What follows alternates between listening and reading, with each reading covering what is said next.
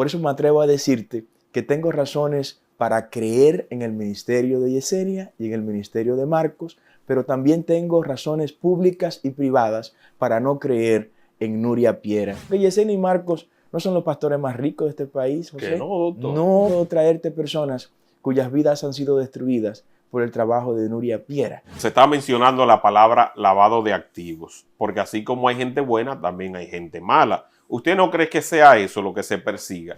El tema de la vanidad, exhibir, por ejemplo, vehículos de lujo, exhibir viajes al exterior en yates de lujo. Amigos, bienvenidos a esta entrega con Carlos Peña, un hombre a quien queremos, damos seguimiento y sobre todo por la manera que se ha manejado a través de la historia. Con él queremos conversar sobre los ataques que está recibiendo la iglesia evangélica, los cuestionamientos, este escrutinio que se le hace desde medios de comunicación y donde de alguna u otra manera se quiere que se transparente y sobre todo que se fiscalice a los líderes religiosos por las altas sumas de dinero que están recibiendo producto del diezmo. Bienvenido, Carlos Peña. José, gracias. Un placer siempre poder conversar contigo en este espacio que tanto amo, aprecio, como te aprecio de manera personal. Saludo a toda tu audiencia. Gracias, hermano. ¿Usted ha visto los reportajes de Nuria Piera sobre Marcos Yaroide, Yesenia Ten y qué les han parecido? Por lo general no consumo el contenido de la señora Piera. Creo que no es un consumo apto para quienes quieran vivir en paz y en calma en República Dominicana. Sin embargo, nos han hecho llegar ese material y de entrada, José, debo decirte que por conocer tanto a Marcos como a Yesenia desde nuestra adolescencia, desde nuestra juventud, de hecho debo decirte que donde en el caso de Marcos, cuando comenzó junto a Juan Carlos en Tercer Cielo, del mismo modo con Lily Goodman y con Jeezy Willy, que es el famoso Redimido, ¿no? Sí. Donde ellos cantaban, jovencitos, a mí me tocaba predicar. Ellos cantaban y yo predicaba. En el caso de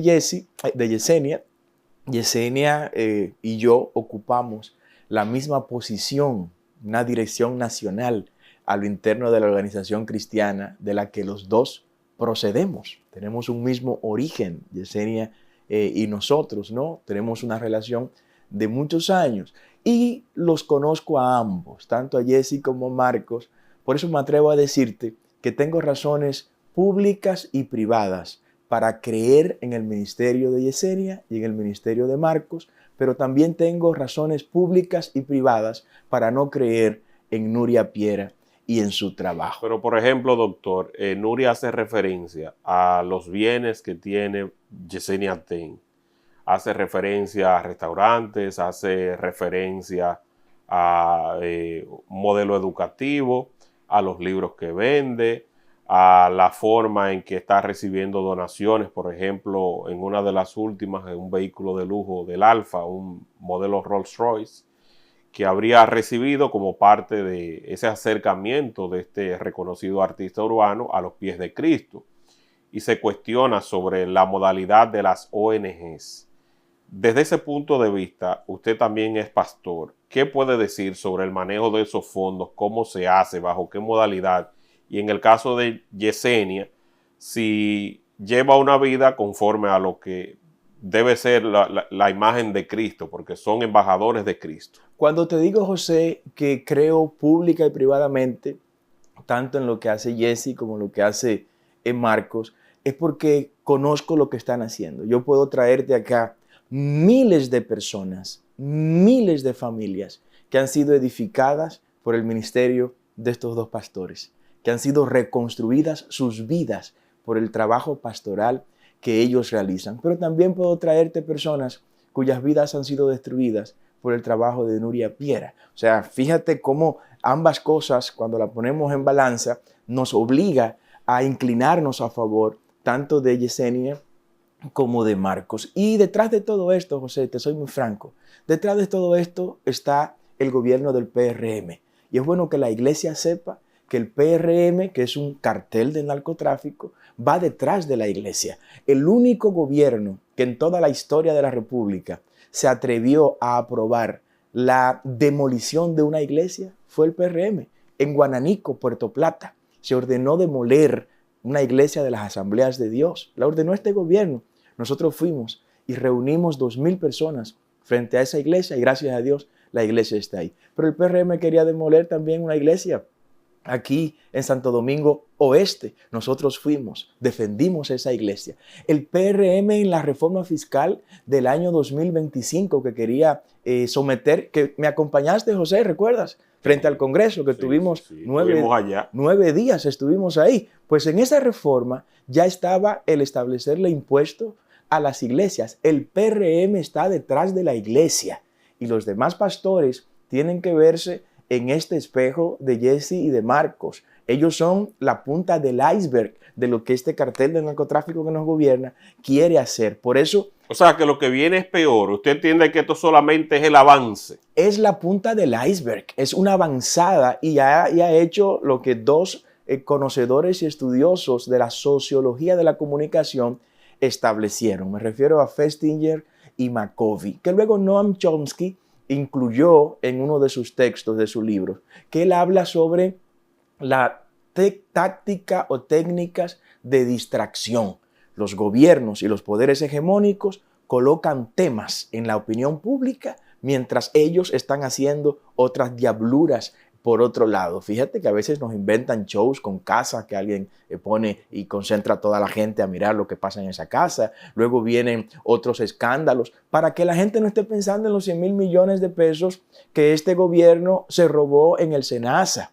Para que la gente no esté pensando en los 70,000 millones de dólares que Luis Abinader ha cogido prestado. Para que la gente no se pregunte dónde están los 775 millones de dólares que pagó Aerodón, para que la gente no cuestione dónde están los 225,000 millones de dólares que Luis Abinader le ha sacado de las costillas de impuestos a los dominicanos. Entonces se tiran todas estas bolas de humo para distraer a la gente. Esto es muy viejo, ya los romanos lo establecían, dando pan y circo al pueblo mientras ellos estaban dándose la dolce vita en los palacios de veraneo de los emperadores romanos. Esto es muy viejo. ¿Qué me preocupa?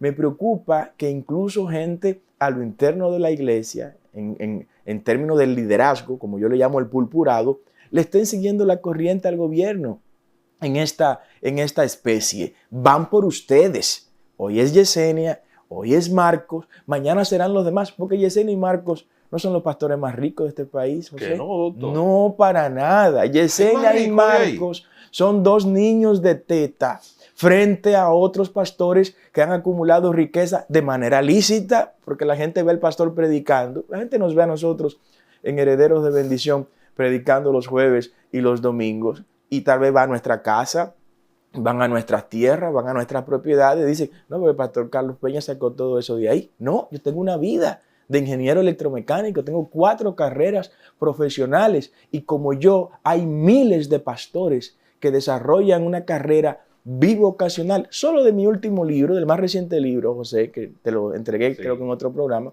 yo he vendido más de $150,000 a nivel internacional y a nivel nacional con mis conferencias. O sea, uno está en el ministerio para servirle al Señor y te puedo asegurar que ni Marcos ni Jesse necesitaban estar pastoreando para tener dinero.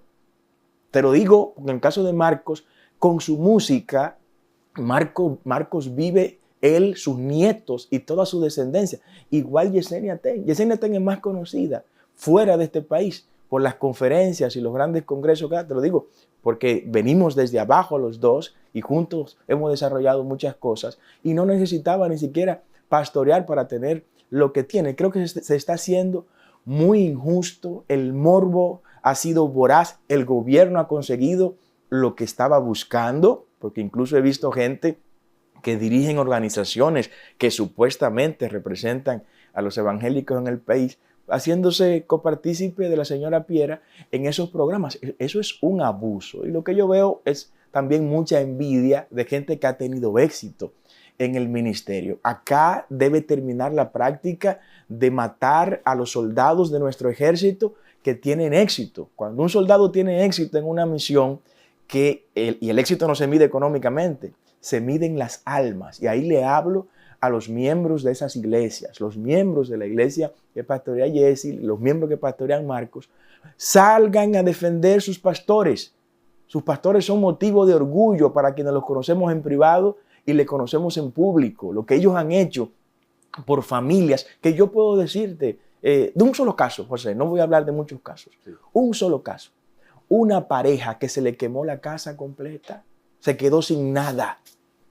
Y nosotros vimos a Marcos llegar a esa casa con un camión lleno de electrodomésticos. Y una casa, les rentaron una casa nueva, se la alquilaron y se la amueblaron completa, sin pedir nada a cambio. Pero lo mismo ha hecho Yesenia en otros casos, ¿no? De manera similar, de forma que no se dejen arrastrar. Y a la gente que vive la vida de fe desde la perspectiva evangélica, que sepan que van por ustedes, van por la iglesia. El PRM no tiene moral. No puede ser que un cartel del narcotráfico esté acorralando a una iglesia. ¿Por qué le interesa el PRM? Pero usted entiende que Nuria está actuando bajo un mandato superior. No es la primera vez que lo haría, José. O sea, por eso te digo que tengo razones públicas y privadas para no creer en el trabajo de la señora Piera, y tengo razones públicas y privadas para sí creer en el ministerio de Jesse y de Marcos. ¿Qué te digo con todo esto? Que no puede la iglesia darle la espalda a uno o dos pastores que estén siendo utilizados como la punta del iceberg para lo que viene. Lo que viene es un conculcar de los derechos religiosos. Lo que viene ahora es limitar la cantidad de iglesias por metros cuadrados. Que en este perímetro no puede haber más de 2 iglesias. Eso es lo que viene. Lo que viene ahora es que usted no puede reunirse en su casa con una célula o una casa de bendición, como le llamamos, que usted, donde quiera que usted viva, usted invite 10 amigos suyos a compartir la palabra en su casa, en su residencia. Eso es lo que viene. Lo que viene es limitar los programas de radio y televisión. Lo que viene es lo que ha ocurrido en otros países, que un pastor en el púlpito no puede llamar pecado a lo que la Biblia llama pecado, sencillamente porque la legislación prohíbe que eso se haga. Eso no es nuevo, y lo digo con toda la autoridad moral que humildemente pueda tener. Entonces usted entiende que detrás de eso lo que hay, lo que se persigue es destruir la imagen de la iglesia para generar en la población de que no se puede creer en nadie, nadie sirve, y de aquí en adelante ábraselo, pase lo que pase y abra cadabra. Pero claro, José, estamos gobernados, por ejemplo, por un cartel del narcotráfico. Ese cartel del narcotráfico ya sabe, que el pueblo sabe, que ellos son un cartel del narcotráfico, que son una organización criminal. El PRM es una organización criminal que se robó más de 100,000 millones de pesos de la salud de los dominicanos. Hay, sin embargo, un sector de la población que tiene moral para hablar con la fortaleza que estoy yo hablando ahora en este programa, y que no lo pueden señalar con el dedo, porque nadie puede decirme a mí: usted se robó esto, usted hizo esto malo, usted tiene este expediente pendiente. Nadie no lo puede decir, pero no a mí, a la iglesia de Jesucristo. Entonces, el PRM como gobierno le molesta que haya un sector con la moral suficientemente alta como para señalar lo que está mal hecho por parte de ellos. Si todos somos iguales, pues ya esto se embromó, José. Y cuando se cuestiona, por ejemplo, el uso de ONGs, donde se está mencionando la palabra lavado de activos, porque así como hay gente buena, también hay gente mala. ¿Usted no cree que sea eso lo que se persiga? De caerle atrás a algunos que a lo mejor están utilizando una iglesia como fachada, pero por detrás están haciendo otras operaciones ilegales. Esa gente hay que llevarla a la justicia. Todo el que esté tipificado con esa característica que acaba de describir, José, hay que llevarlo a la justicia, pero no fusilarlo mediáticamente, no fusilarlo públicamente, porque son personas que se han gastado la vida sirviéndole a otros. Te lo puedo reiterar, o sea, miles de familias, decenas de miles de familias han sido transformadas por esta gente, por Yesenia, por Marcos, sus ministerios, gente que llegaron con su matrimonio desbaratado a esas iglesias y hoy son familias honorables. Me preocupa que no las estoy viendo. Deben salir públicamente y defender a la gente que Dios ha usado para bendecirlos, ¿no? Lo que esté mal, porque donde quiera que haya seres humanos, José, habrá imperfección. La imperfección es característica inherente de los seres humanos. Pues vamos a atacar por la vía judicial ese tema, pero no hacer un espectáculo para dañar moral de gente que tiene toda la vida sirviendo. Fíjate que te hablo de que de jovencitos y adolescentes, donde Marco, Juan Carlos, Redimido y Lili, que también Lili Goodman era de nuestra organización, cantaban, yo era el que predicaba, por así decir, y Jesse predicaba también de joven y de adolescente. De manera que esto no es de ahora, esto es una carrera, es una vida, es una vocación que se ha ido desarrollando con el tiempo y no me quiero quedar callado y te agradezco, José, que de tu iniciativa hayas salido a invitarme a hablar de este tema. No me puedo quedar callado. Si los organismos que están supuestamente llamados a representar la iglesia evangélica en el país se quiere quedar callado porque le están cogiendo cuarto al gobierno, haya ello. Pero yo no voy a quedarme callado sabiendo que se está haciendo mucha injusticia con gente que han sido exitosas. Yo he escuchado gente que están hablando de que poner una iglesia es un gran negocio. Yo los invito, vamos, instálenla, vayan, abran una iglesia y hagan lo que ellos dos han hecho y lo que miles de pastores hemos hecho en el país. Yo los reto a que es más, yo hasta me asocio con ellos, yo les busco el local. Y yo les busco el local y que tengan el éxito, porque si tienen éxito, significa que las almas se están convirtiendo al evangelio de Jesucristo. Doctor, y sobre el tema de la vanidad, o sea, a veces es correcto, no desde su punto de vista, exhibir, por ejemplo, vehículos de lujo, exhibir viajes al exterior en yates de lujo, exhibir un atuendo donde se ve evidentemente que es una ropa o muy bien diseñada o muy cara, colocarse un Rolex, colocarse otros accesorios que evidentemente se ve que son caros. Su opinión al respecto, ¿esto es bueno, no es bueno? ¿Los pastores pueden exhibir riqueza sin que esto se vea mal?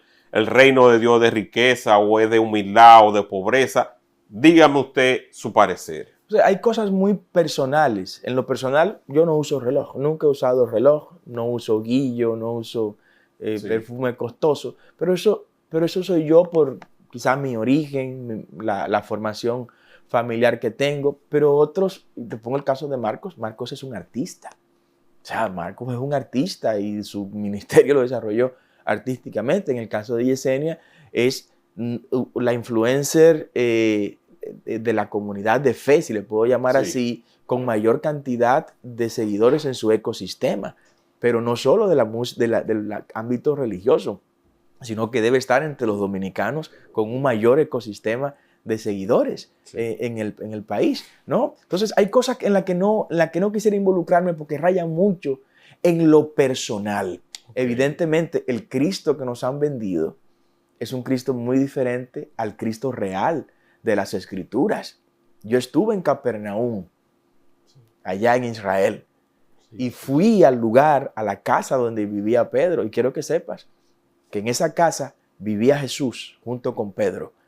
Y esa casa era la casa de mayor nivel de toda la comunidad. No era la casa más pobre. Esa idea que nos han vendido del Cristo pobre, del Cristo en la miseria, ese no es el Cristo de la Biblia. Para nada, ese no es el Cristo de la Biblia. Cristo era un empresario que le heredó su empresa de su padre de la carpintería. Pero la carpintería, la palabra que se usa como carpintero, no es la que nosotros conocemos en español, que es el carpintero de poner una tablita, de fabricar una mesa. No, el carpintero era un empresario de la construcción de viviendas. Esa misma palabra es la que se usa en el original para referirse al que construía las casas. José, el esposo de María, era un empresario de la construcción, construía viviendas. Las viviendas en ese entonces no se construían de madera, se construían de rocas y había que tallar las rocas y hacerlas que coincidieran en un trabajo de ingeniería profunda para que las viviendas se sostengan. Cristo heredó ese trabajo y hasta la edad de los 30 mantuvo a María y a sus demás hermanos con esa empresa, con esa estructura. O sea, yo sé que lo que estoy diciendo es chocante cuando lo comparamos con lo que hasta ahora nos han enseñado, ¿no? pero el Cristo nuestro incluso pagó impuestos. Cuando hubo que pagar impuestos, la vez que la Biblia lo resalta, solo hubo 2 personas de los que andaban con Cristo que pagaban impuestos, que pagaron impuestos al Imperio Romano, Pedro y Jesús. Durante milenios se ha querido vender, José, que el llamado a la fe cristiana está de manera adherida también al llamado a la pobreza y a la miseria. Y ese es un error, todo lo contrario. Dice el apóstol Juan, quiero que seas bendecido en todo, así como prospera tu alma. No hay pecado en la prosperidad. El dinero no es pecado. De hecho, la Biblia habla de manera clara que lo que es pecado es el amor al dinero. Raíz de todos los males, dice las Sagradas Escrituras, es el amor al dinero, no el dinero. Cuando el joven rico se le acercó al maestro diciendo, maestro, bueno, ¿qué debo hacer para alcanzar el reino? El Señor le dijo, vende todo lo que tienes y entrégalo a los pobres, porque el tipo había dicho ya que él había cumplido toda la ley de Moisés, que cumple toda la Torá, pero en el corazón de ese joven rico no estaba el Dios de Israel, estaba otro Dios llamado riquezas. Cuando las riquezas se convierten en el Dios nuestro y en lugar del trono de nuestro corazón ocuparlo Dios, lo ocupan las riquezas, entonces tenemos problema. Pero no hay problema en hacer riquezas. Dice el libro de Deuteronomio que Dios nos dio la autoridad, el poder y la sabiduría para hacer las riquezas. Nosotros somos hijos de Dios, José. ¿Y qué dice el libro de Ageo? El libro de Ageo, profeta menor en el Antiguo Testamento, dice que Dios es el dueño de la plata y del oro. ¿Y para quién es lo que le pertenece a los padres, José? Para los hijos. O sea, los hijos son los que heredan lo que el padre tiene. Y si mi padre es el dueño de la plata y del oro, pues yo soy dueño de plata. Y esas riquezas no son para disfrutarla en el paraíso, doctor. Bueno, fue lo que la religión vendió. La religión se encargó durante milenios. Cuando hablo de la religión, hablo de lo dogmático, de lo que no es Biblia, de lo que no es evangelio. Durante milenios se ocupó la religión de preparar a la gente solo para el cielo. Pero ¿de qué me sirve que usted me prepare solo para el cielo si puedo vivir también una vida de plenitud acá en la tierra? No es verdad. Te pongo el ejemplo de Lidia. Lidia de Tiatira fue la primera europea que se convirtió al evangelio. Doña Lidia, que luego dice Eusebio de Cesarea, que fue de los historiadores de la iglesia primitiva, de los primeros tiempos de la iglesia. Eusebio de Cesarea en una de sus obras dice que Lidia fue hasta obispo de toda la región en la que ella le tocó ministrar, para los que se oponen al ministerio pastoral de la mujer. No, ella no solo fue pastora, Lidia. Lidia fue también obispo. O sea, la palabra obispo en griego lo que significa es supervisor. Fue supervisora de pastores. Pues doña Lidia era una empresaria de la industria textil, una mujer rica, millonaria. Vendía telas del más alto nivel, de la más alta calidad. Y ella abrió sus puertas, las puertas de su negocio, las puertas de su casa, para que el apóstol Pablo y los demás apóstoles abrieran una iglesia en la casa de Lidia. Y a partir de ahí se expandió el evangelio en toda Europa. José de Arimatea, ¿quién era José de Arimatea? Un hombre rico, un hombre poderoso, además miembro del Sanedrín y discípulo de Jesús. José de Arimatea era tan discípulo de Jesús como lo eran Pedro, Andrés, Jacobo y todos los demás. Lo único que él tenía una posición social que no le permitía, José de Arimatea, exponerse públicamente por los riesgos que eso significaba. ¿No te llama la atención, José, que cuando Cristo es crucificado, el cuerpo se lo entregan a José de Arimatea para ser sepultado en la tumba que José de Arimatea tenía preparada? ¿Por qué le entregaron el cuerpo a José de Arimatea? ¿Tú crees que los discípulos de Jesús, esos muchachos tan chivos que eran, tan cuidadosos con el maestro, sí, iba a permitir que el cuerpo del maestro se le entregara a un advenedizo, a un extraño? No, ninguno reprochó nada. ¿Por qué no reprocharon que se enterrara a Jesús, o mejor dicho, se sepultara a Jesús en la tumba de don José de Arimatea, que era además miembro del Sanedrín, como dije? Porque conocían a José de Arimatea. José de Arimatea era discípulo, igual que María Magdalena, de Jesús. José de Arimatea probablemente era de los que financiaban el ministerio de Jesús, porque durante esos 3 años Jesús no produjo dinero. Vivió quizás de sus ahorros y de las donaciones que le daban un grupo de mujeres ricas. Jesús siempre estuvo con ricos a su lado, mujeres millonarias que heredaron fortunas de sus esposos al morir, o que ellas mismas heredaron fortuna de sus padres. Gente como José de Arimatea, gente como Nicodemo, que tenían prestancia social, tenían dinero, tenían influencia. Esa parte no se predica. O sea, que tener dinero dentro de la iglesia no es malo, no es pecado. Pero para nada. Porque eso es lo que se nos ha enseñado, que entonces acumular riqueza. También hay pasajes bíblicos que dice que más fácil pasa un camello por el ojo de una aguja que un rico al reino de los cielos. Pero todo es una mala interpretación, José. La palabra que se traduce como camello ahí, ¿sabe cuál es? ¿Cuál es? Es una cuerda. ¿Has visto las cuerdas, las sogas que se usan para amarrar los barcos y todo eso? Sí. Bueno, más fácil entra una cuerda de esa por el ojito de una aguja. Sí. Pero se tradujo hasta mal. Se tradujo como camello, pero no es camello, es una cuerda. No, es una soga. Está confundido. No solo, y desde ahí entonces el público en sentido general ha visto eso. No solo usted, José. Gente que lo predica en los púlpitos porque no se han ido al texto original. Yo he visto desde ahí se ve la riqueza como una maldición, doctor. No, la riqueza, todo don perfecto, dice Santiago, viene de Dios. Toda riqueza viene de Dios. Ahora, usted va a decidir el destino que le va a dar.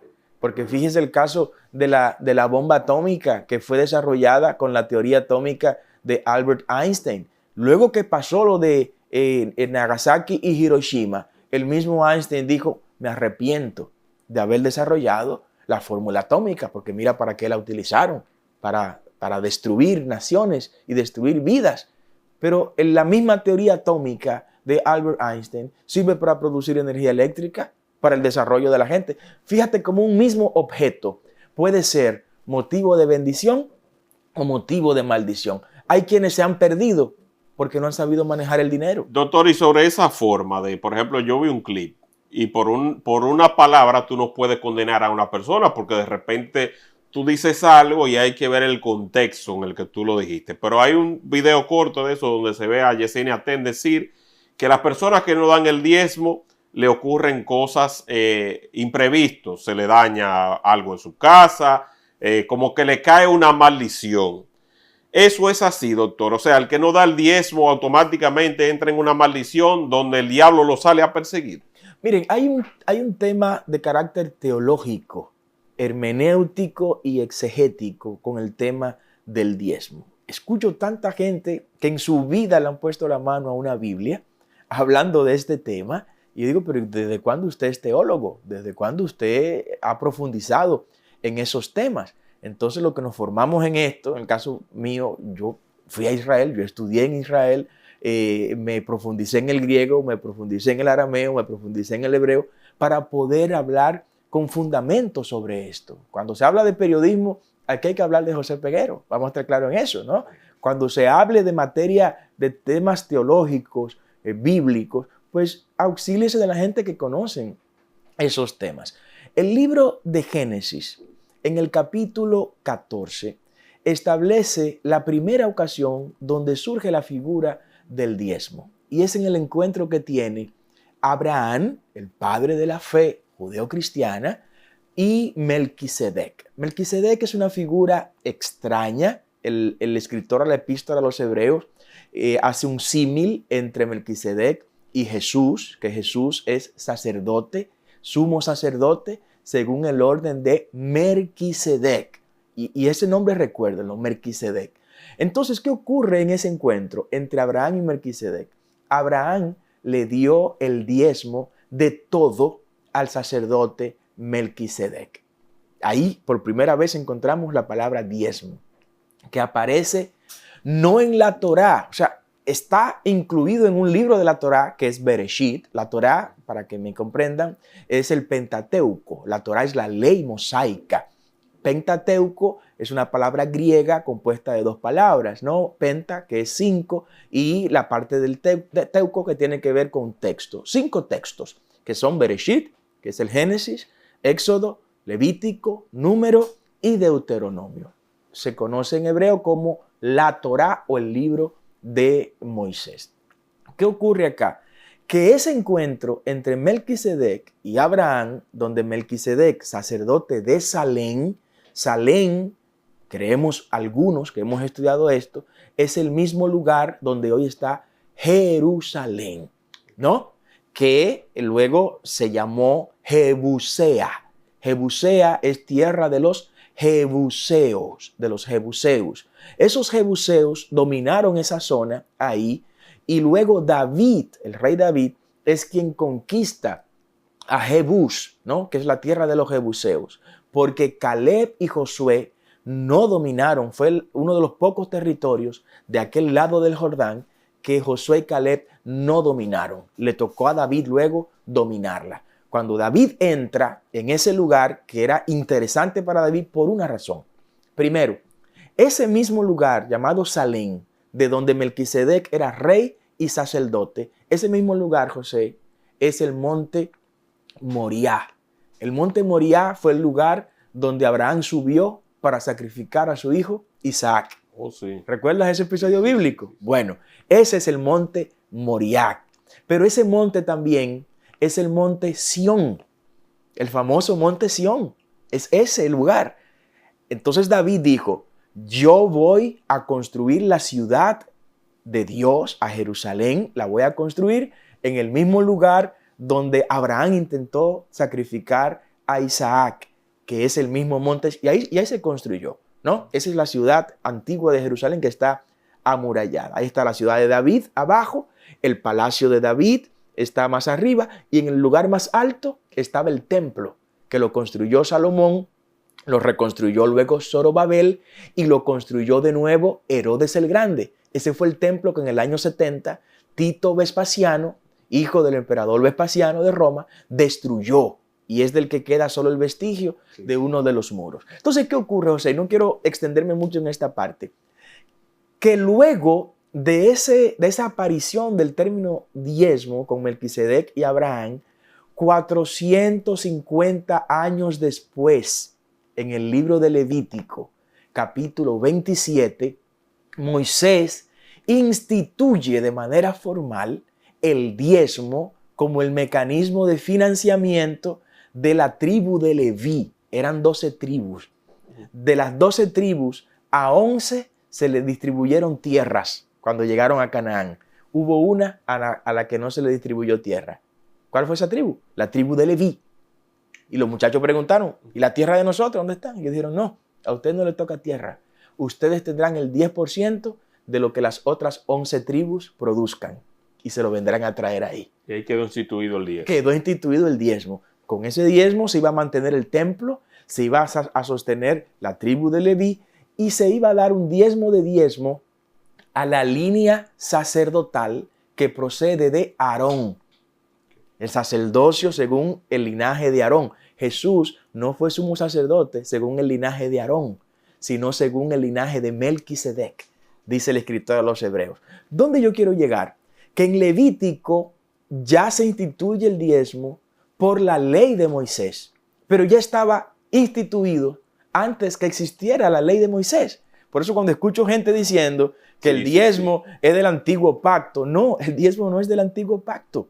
Cuando el diezmo se instauró y se evidenció en el texto sagrado por primera vez, todavía Moisés no había recibido las tablas en el Sinaí. Moisés recibió las tablas en el Sinaí, o sea, la ley de Dios, 450 años después de Melquisedec haber entregado el diezmo a Abraham. Pero luego van al Nuevo Testamento, los indoctos que hablan de este tema, dicen, no, que en el Nuevo Testamento esto no aparece. Pues sí, en el Evangelio de Mateo, capítulo 23, verso 23, José, el Señor Jesús tiene un encuentro con los fariseos y le dice el Señor a los fariseos, ustedes diezman de todo lo que ustedes tienen, ustedes diezman. Y dice Cristo, y eso me parece bien, pero tenían que hacer eso sin dejar de hacer lo otro. ¿Lo otro qué era? El pecado. No, la justicia. O sea, Cristo le dice, deben seguir diezmando, pero además de seguir diezmando, tienen que amar a su prójimo, hacer justicia, ser solidarios. Cristo en ningún momento derogó la figura del diezmo. O sea, bíblicamente he dado los argumentos acá para que el pueblo se edifique. Esto no es para debatirlo, no, es para que la gente se edifique. Es bueno esa raíz. Porque alguien se ha dedicado a estudiar eso. Y no solo yo, millones de dominicanos han profundizado en el texto para poder hablarte de esta manera. Entonces, primero, el diezmo no vino con la ley de Moisés. Vino antes de la ley de Moisés, por lo cual no pertenece a la ley de Moisés. Segundo, la ley de Moisés lo oficializa en Israel. Y tercero, Jesús no lo derogó. Mateo 23, capítulo 23, fariseos hipócritas que diezman de todo, pero se olvidan hacerle justicia al huérfano, al menesteroso. Entonces concluye Cristo diciéndole, tenían que hacer aquello. ¿Qué era aquello? Diezmar. Tenían que diezmar. Deben seguir diezmando, pero también tienen que hacer esto. No dejen de hacer lo otro. Pero sobre esa forma, pastor, ¿qué usted opina? Sobre de que si tú no diezmas, entonces te cae el demonio atrás. Mira, el diezmo yo no puedo decir que es obligatorio, José, porque en la Biblia nada es obligatorio. Ni siquiera es obligatorio convertirte al evangelio. Sí. No es obligatorio. Tú lo haces voluntariamente. No es obligatorio. Te preguntan, ¿quién de aquí quiere ofrecer su vida a Cristo? No, es que Cristo no nos obliga a nada. Es más, algunos teólogos han dicho que Adán y Eva pecaron al principio de los tiempos. El hombre, para ser más específico, pecó al principio de los tiempos porque Dios le conservó su libertad. El Dios de nosotros, el Dios de los cristianos, el Dios de los judíos, es un Dios de libertad. Cristo mismo dijo, si el Hijo os libertareis, seréis verdaderamente libres. Y cuando yo puse la Biblia en la Constitución para que esté en la bandera y esté en el escudo, yo dejé claramente establecido en la Constitución lo que Duarte quería. Duarte quería que ahí quedara establecido que la Biblia está abierta en el Evangelio de Juan, capítulo 8, verso 32, que dice, y conoceréis la verdad, y la verdad os hará libre. El Evangelio es libertad. De manera que no se va a obligar y a nadie se le obliga. Es más, te voy a revelar algo que no lo he dicho nunca en público. En las iglesias, menos del 10% de sus miembros diezman, José. ¿Cómo va a ser, doctor? Puedes afirmarlo. Eso es un estudio, eso está estudiado. Menos del 10%. Menos del 10% de los miembros diezman. Y yo voy a decir que se van a perder. ¿Quién soy yo? Ni yo ni nadie puede decirlo, porque la relación de Dios con la gente es personal. Hay una relación personal y hay una relación corporativa, que es la relación congregacional. Pero el éxito de la relación congregacional va a depender de tu relación personal con Dios, como decía John Wesley. John Wesley llegaba al púlpito a predicar y decía, ustedes me ven que yo estoy encendido en las llamas del Espíritu acá, pero yo no vine aquí a encenderme, yo vine encendido de mi casa. Sí. La iglesia es un conjunto de familias que van a hacer en la iglesia lo que vienen aprendiendo desde su casa. Interesante, doctor. ¿Hay algo más que usted quiera dejarle saber a este pueblo dominicano que está justamente dándole seguimiento a estos temas de Nuria? He visto también especialistas en materia tributaria, en lavado de activos. Se ha activado todo un sistema para fiscalizar a los pastores y a las iglesias. El PRM, que es un cartel del narcotráfico que nos gobierna, está desmoralizado, no tiene moral para hablar ni de integridad, ni de transparencia, ni de ética. Ha evidenciado ser enemigo de la fe judeocristiana. Necesita destruir toda estructura que todavía tenga moral y ética para denunciar lo malo. Y entre esas estructuras está la iglesia de Jesucristo. A la gente que sigue a Jesús, que sepa que estamos ante un atentado del Estado que administra la estructura delincuencial del PRM para destruir los cimientos de nuestra sociedad. Y que no vean otra cosa detrás de todo este espectáculo mediático que la intención del gobierno de hacerle creer a los dominicanos que aquí nadie sirve y que todos son iguales a los miembros del PRM. Gracias, Pastor Carlos Peña. No abordamos la parte política para separar la religión de lo que tiene que ver con esta situación, pero pronto me gustaría que usted nos dé una charla magistral a esta audiencia sobre el escudo, su importancia y por qué el escudo de la República Dominicana está siendo ocultado en instituciones públicas y donde de alguna u otra forma como que no se quiere que se repita constantemente Dios, patria y libertad. Así es, José. Con mucho gusto estaremos de nuevo. Así es. Al público que comparta este contenido para que llegue a mucho más personas, y le agradezco profundamente el hecho de que haya venido a este espacio a explicar desde su punto de vista como pastor, como conocedor de la vida de esos dos amigos, esos dos hermanos de Yesenia Ten y también de Marcos Yaroide, porque usted también estaba con ellos, surgió con ellos y creció con ellos. Amén. Sé que gracias. Gracias a ti, José. Al público que comparta este contenido, y si Nuria Piera quiere venir a este espacio a debatir, esa silla también está disponible. Nos vemos en otra ocasión. Bye bye.